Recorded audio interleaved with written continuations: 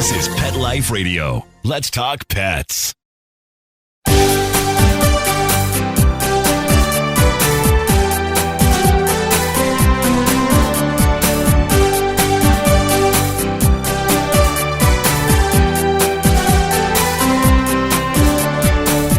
Hello and welcome to Working Like Dogs on Pet Life Radio. Thank you for joining us and for following Working Like Dogs on Instagram and Facebook. We're your hosts. My name is Marcie Davis, and my co-host is my adorable service dog, Lovey. And we're thrilled to be with you today to talk about our favorite subject, working dogs and working animals. And today we're going to be visiting with Laura Watamanuk from Pacific Assistance Dog Society, or better known as PADS, located in beautiful British Columbia. And Laura is going to visit with us today about the assistance dogs that they breed, raise, and train for people with disabilities other than blindness. So come right back after these quick messages as we welcome Laura Watamanuk to the show. Sit, stay. We'll be right back after a short pause. Well, 4 to be exact. Molly, here's your dinner. Zeus, that's not your food. Don't let that happen to your precious cat. Elevate your cat's eating experience with the Cat Tree Tray. The Cat Tree Tray keeps your cat's food off the floor and conveniently located on the cat tree. It's the perfect way to eat. It's a beautiful wrought iron tray that easily attaches to your cat tree and keeps dogs and other critters out of your cat's dish. A must for multi-pet households. There's a 6-inch tray for large bowls and a 4-inch tray for smaller bowls. Purchase your Cat Tree Tray today. Go right now to cattreetray.com. That's cattreetray.com. cattreetray.com.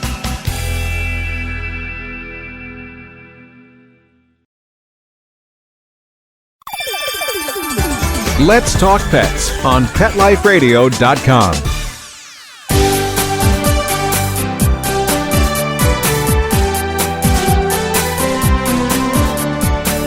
Welcome back to Working Like Dogs on Pet Life Radio.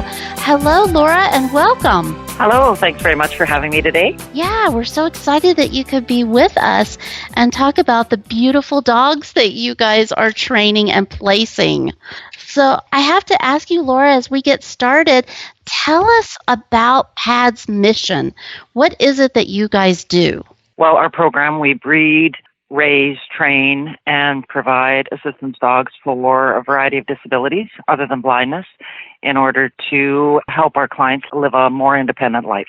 Tell us about some of those disabilities. Is it mostly people who use wheelchairs, or do you do other types of disabilities? Our program was founded as a hearing dog program to hearing dogs to support the deaf and hard of hearing community.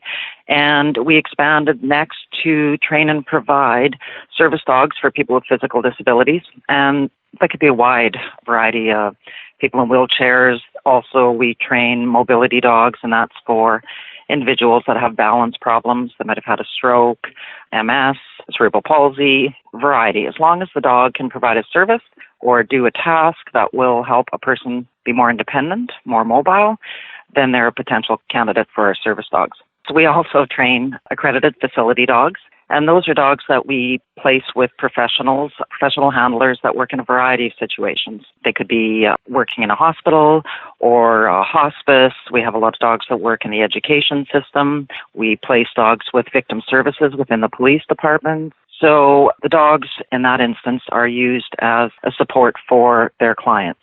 And it could be educational, children that are talking to the dogs in order to read, or it could be dogs in the hospitals where the dogs are used in some type of physiotherapy type role. And then our accredited facility dogs that work with the police departments, those dogs are used from the first point in trauma, and they could carry through and be with a person right through if they have to go to court and testify.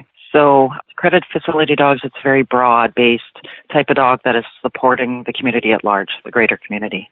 Wow, that is a large array of different types of services that dogs can perform. And it really sounds like that's a huge trend right now, or assistance dog organizations training facility dogs and courthouse dogs that are doing some of that kind of crisis work that we're seeing more and more in the world that we're living in today.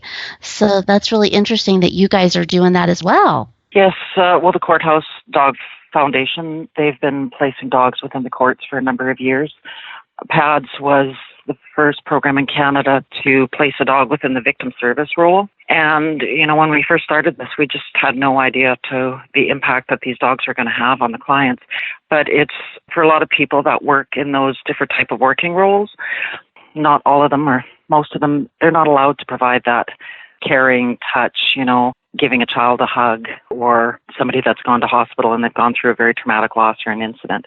Those individuals, the professionals in those working roles, they can't comfort in that way. And so what we found is that the dogs that we place within the role, and they're very different personality. Every stream of dog is very different in their personality and their skills, but they have such a huge impact. And what they've discovered is the dogs, they first of all facilitate communication, but they also start helping with the healing. So that's really a success for the dogs that are in these working roles. Yeah, it's so powerful. Just what I've seen with it, it is really, when you use the word impact, and it has a huge impact, which is just so beautiful to see. So tell us, how do you train your dogs, especially because you have so many different types? What's your training program like? So we're blessed to have a very large population of volunteers that support us. So as I said, we do breed our dogs. And first of all, the puppies are the mums. We have our breeding colony, and they're placed with volunteers, and their role is to raise and rear those babies for the first 8 weeks of their life. And during that 8 weeks, as the dogs progress, we actually have quite a training regime right from day one. You're doing handling exercises with the dogs, and as they progress, they start wearing little baby capes, just so they get the feeling of having that working gear on them. And then they do a number of exercises where they're touching their toes and playing with their ears and doing handling exercises, so the dogs get very accustomed to touch and also tactile. So they'll have them in the whelping room. They have all sorts of games and toys and different textures that the dogs walk on right from babyhood. So that's the first 8 weeks. And then they come to our PADS facility. We do a behavior testing type on the dogs. And that's to kind of maybe show us a little bit of information on the dog's personality. So if we notice that the dogs are a little bit scared of slippery floors, like that'll be identified in that test.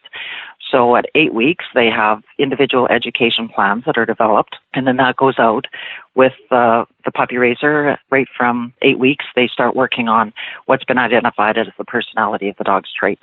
So for the next 15 to 18 months, the dogs are with volunteer families or individuals that their role is to raise, train, and socialize them for the first 18 months of their life.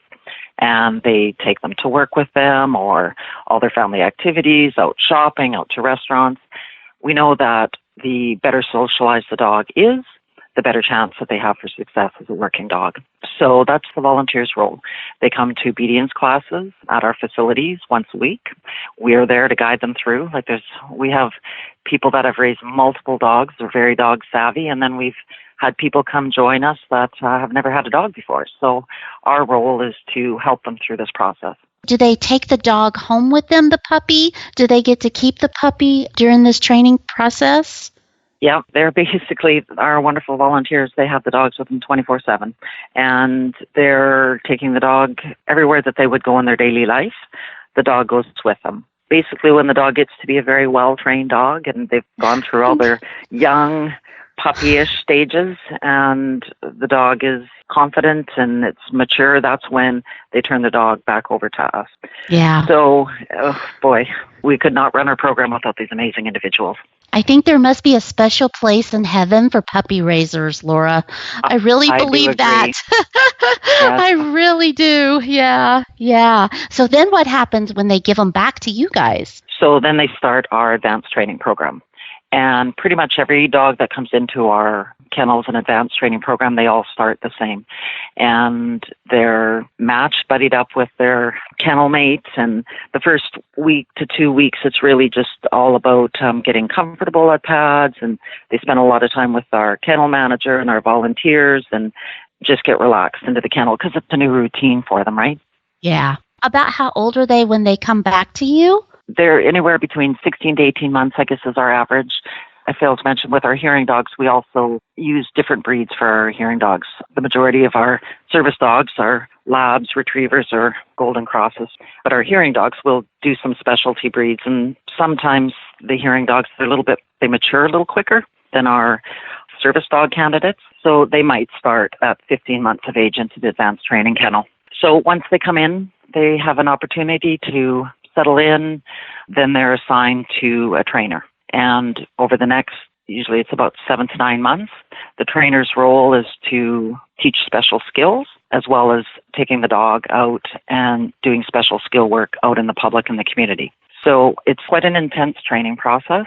First of all, the dogs are taught to perform physical tasks for a service dog. And so we're very methodical in our training regime. We do a lot of target and touch when we initially start the work, and all clicker and treat reward at the beginning. And so we work through and we see, okay, is this a service dog that's going to be able to do physical skills? Is it a dog that's really a little bit more energy and drive, and are they really alert to sound work? Or are they more laid back and they're not really driven by skills, and do they have that really empathetic nature to be a AFD dog? So we always say we really let the dogs pick their career. Like, to be a successful working dog, you can't make them work, right? Right. We build on their personalities and their what brings them joy. Right. Well, that's what I was wondering about. I was curious about how you have so many job opportunities for them, of how do you go through that process to really identify what's the best job for each dog? Well, we really say the dog does pick their own job. So the first 3 months that they're at the facility, they're pretty much, they're working on building really solid obedience with the dogs. They're trying the special skills to see what are they excelling at. Some dogs don't like to pick things up, right? So they move out of the service dog stream, and then we'd start looking at them as a AFD dog. Or if the dog is very high drive, energy, love sounds, we'll say, okay, this dog is going to be a hearing dog. So with the different career streams, it just really helps us with being able to find the best placement for the dog. Hearing dogs, it's very distinct type of dog. Service dog, a lot of different varying personalities, but the number one is that the dog really enjoys doing physical tasks for people. They're very reliable. When you think about our clients that are handling service dogs, they have a lot of physical limitations, right? So you need a dog that's going to be obedient. It's not going to be pulling on its leash. Most of our dogs are very much vocal commands, right? So they have to be very responsive to the client and doing the work and love the work. Yeah. I always say Lovey is a retriever on steroids because she will retrieve anything. She lives to retrieve. Yeah. So totally get what you're saying about that. And that is a lot of physical demands on those types of dogs. Yeah.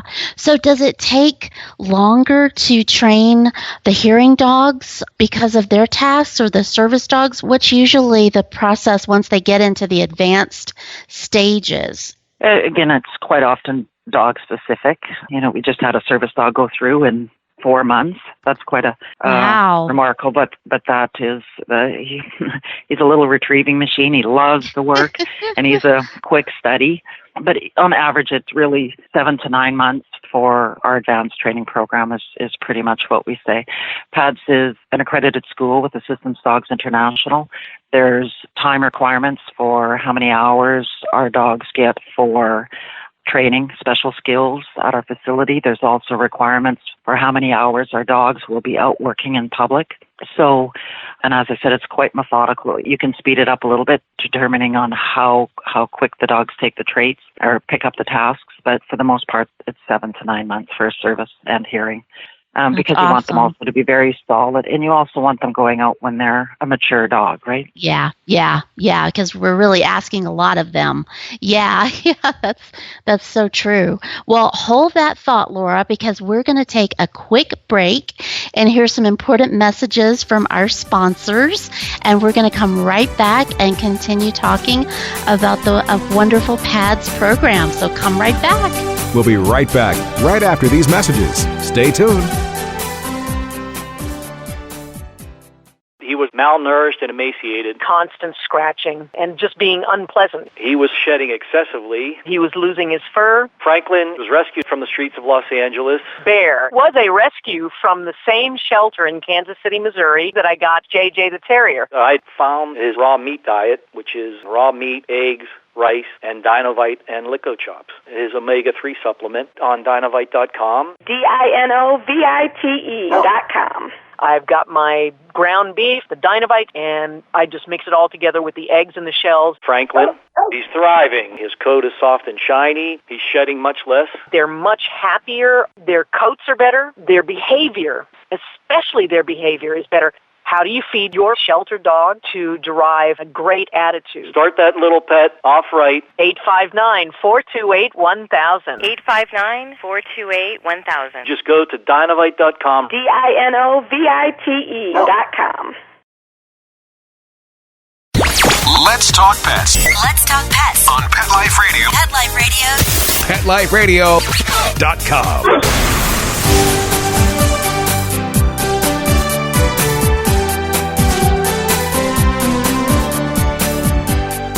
Welcome back to Working Like Dogs on Pet Life Radio, and we're visiting today with the director of the Pacific Assistance Dog Society, or better known as PADS, Executive Director Laura Watamanuk. And Laura, we were talking before the break. You mentioned that PADS is an accredited member of Assistance Dogs International, and we were talking about that. Yeah. And I was wondering if you could just tell us a little bit more about what that accreditation means in the assistance dog industry, because that's a big deal that you guys are accredited. It is. We've actually just completed our 4th accreditation with Assistance Dogs International. And for us, it's kind of like the gold seal within our organization. ADI, as it's also known, is a coalition of not-for-profit assistance dogs organizations worldwide. And in order to become ADI members, you have to adhere to a high level of standards. And, your training, your placement, also your follow-up with the clients. It's all very comprehensive. And so with our membership and accreditation through ADI, it is, we're working towards best practices and best standards. And also the membership within ADI also allows us the opportunity to work with a number of different schools worldwide. And so that furthers our education and also collaboration with other schools. We are also members of Assistance Dogs International Breeding Cooperative. So I believe there is 27 schools across North America that we share breeding stock. We also share our litters. So if we were to have a litter of 7 puppies, we might send 2 away to other schools, and then we in turn get puppies back. So it allows us to improve on our working lines genetically, but it also allows us the diversities with getting dogs from other schools, guide and assistance dog schools. So it's been an incredible opportunity for PADS for this last 4 years to be involved in this program. Yeah, that's terrific. And congratulations on your latest accreditation, because I know a little bit about how much work and how much demand goes on to agencies that are applying for that. And like you said, it's adhering with best practices, which is so important in the assistance dog industry. So that's wonderful. Yeah. It's a lot of work. It's a lot of work, but at the end of the day, it is so it's worth it because it is. Yeah, it really is. And it says a lot for programs when they have that accreditation. Yeah. We're tested by our peers. So yeah. It's other schools that come in and look at our walls. But also it's done with a great deal of collaboration, which is wonderful because you're sharing information and you're sharing knowledge. And and they in turn are giving you advice and what have you. So it's Assistance Dogs International in regards to PADS. It has been an incredible opportunity, and our organization has seen so much more growth because of that membership and partnerships with other schools. Yeah, I bet. Yeah, that's great. Well, tell us about, once the dogs get through your training program, how do you match them with their human partner? So we say the dogs picked their career path, and then the next step, and it's so vital to having that successful relationship, is a good match based on both personality and skill set of the dogs. So we have a large applicant list that sitting and waiting for their dogs, which is ever so stressful for us. You know, the demand always far surpasses our ability to meet the need, unfortunately.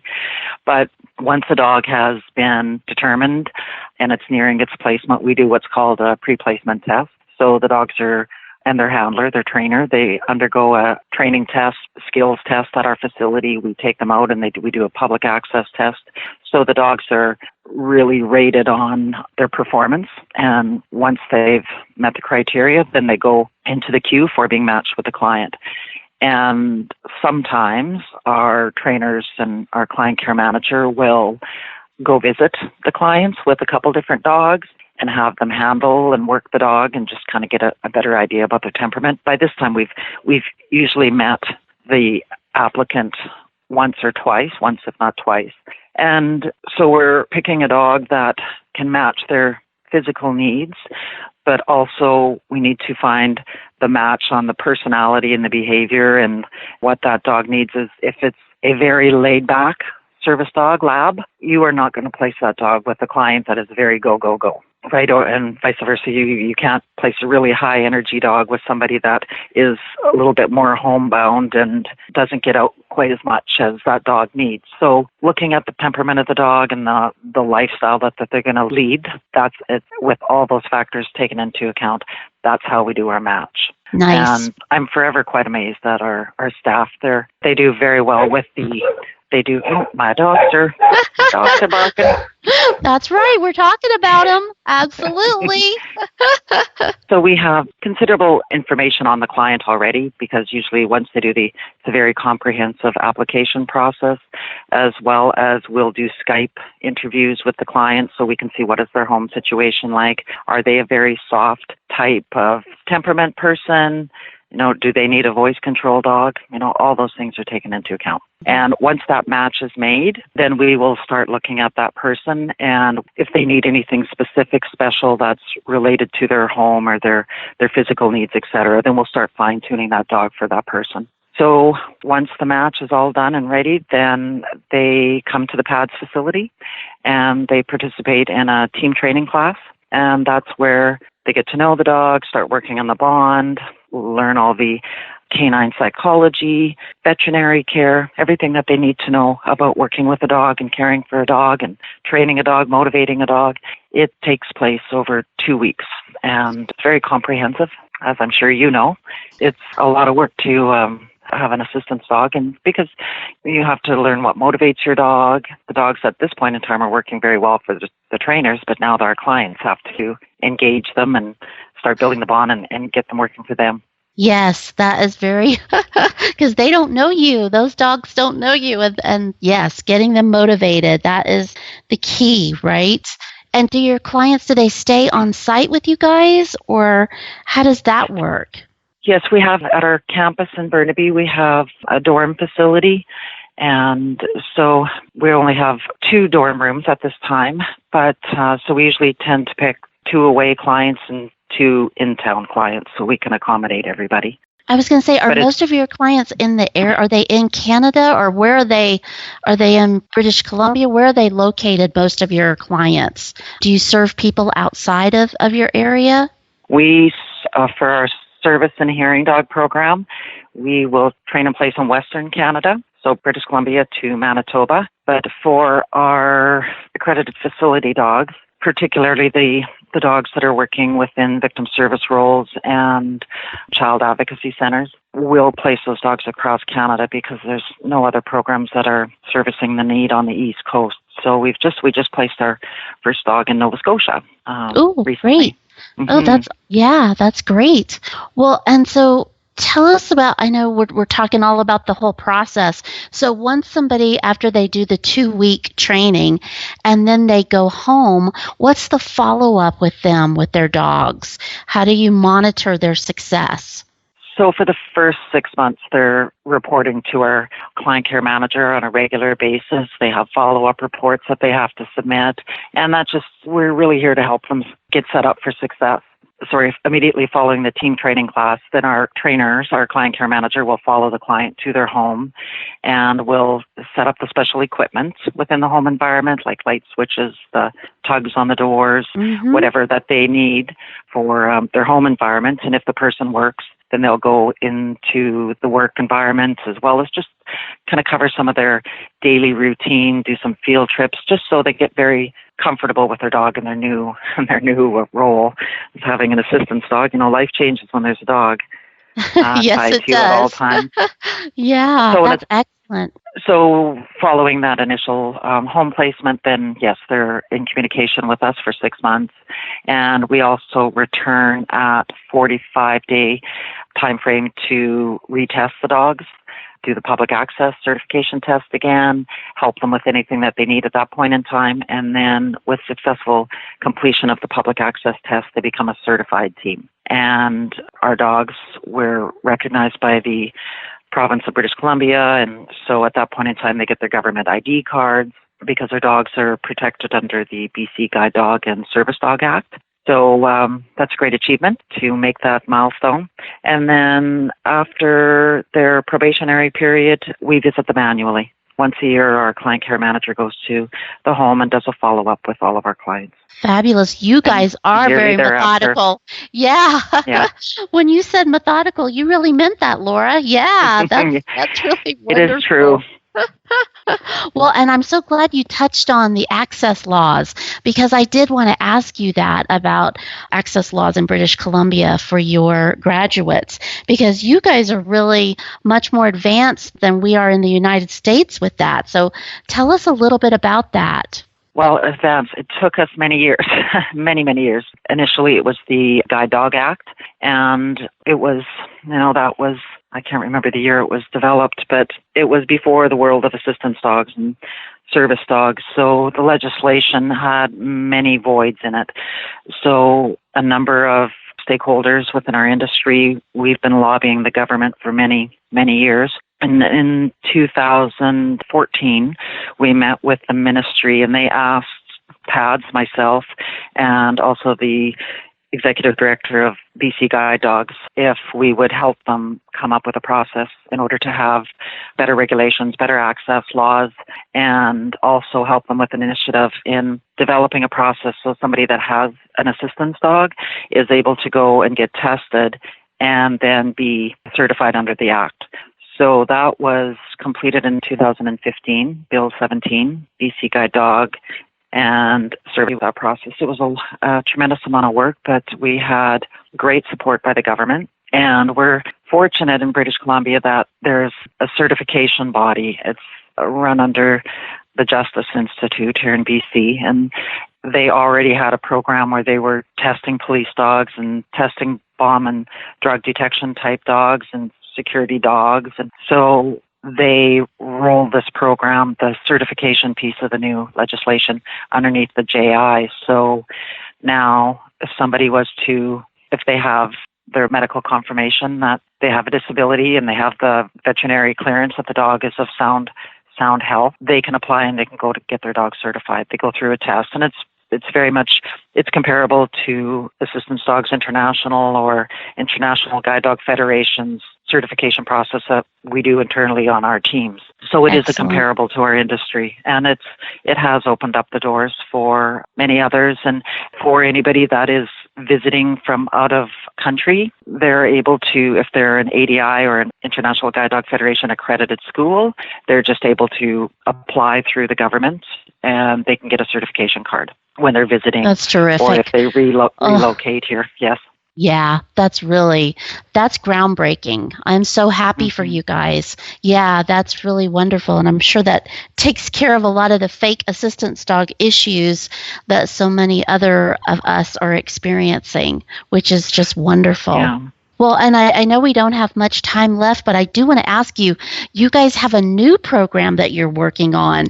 Can you tell us about that? Yeah, we're very excited. In 2018, we're going to be launching our PTSD dog training program for veterans and first responders. The need is great in Canada. Again, there's a couple schools that we've partnered with here locally, and the dogs that have not been a service dog or a hearing dog, or they don't fit into our AFD dog program, we've donated some of our canines over to another school here in British Columbia, and our dogs have gone on successfully within their program.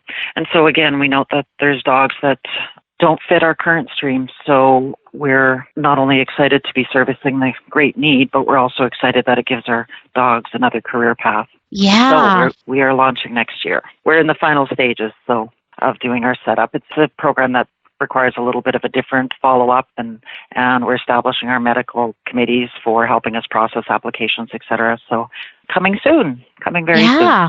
Well, you'll have to come back and tell us more about that, and I'm sure it's going to be a tremendous success, and you can come back and share that with us, Laura, because we've talked about so many things, but I could keep talking.